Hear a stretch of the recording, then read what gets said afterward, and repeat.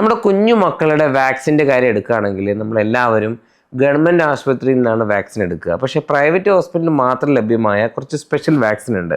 അപ്പോൾ പല രക്ഷിതാക്കളും ഇതിനെപ്പറ്റി അവെയർ അല്ല.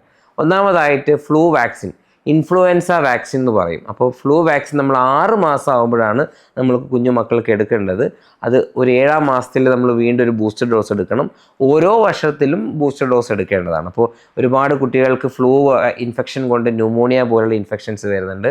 അതുപോലുള്ളൊരു വാക്സിനാണ് MMR വാക്സിൻ. അപ്പോൾ കുട്ടികൾക്ക് മുണ്ടി വീക്കം എന്നുള്ള അസുഖം ഒരുപാട് കുട്ടികൾക്ക് ഇപ്പോൾ സ്കൂളിൽ പകരുന്നുണ്ട്. അപ്പോൾ ഗവൺമെൻറ് ഷെഡ്യൂളിലുള്ള വാക്സിനേഷൻ ഷെഡ്യൂളിൽ മുണ്ടി വീക്കത്തിൻ്റെ വാക്സിൻ അവൈലബിൾ അല്ല. അപ്പോൾ MMR വാക്സിൻ നിങ്ങൾ 9-ാം മാസത്തിൽ എടുക്കുക, 1.5 വയസ്സിലെടുക്കുക, അതുപോലെ 4.5 വയസ്സിൽ ഒരു ബൂസ്റ്റർ ഡോസും കൂടി നിങ്ങൾ എടുക്കേണ്ടതായിട്ടുണ്ട്.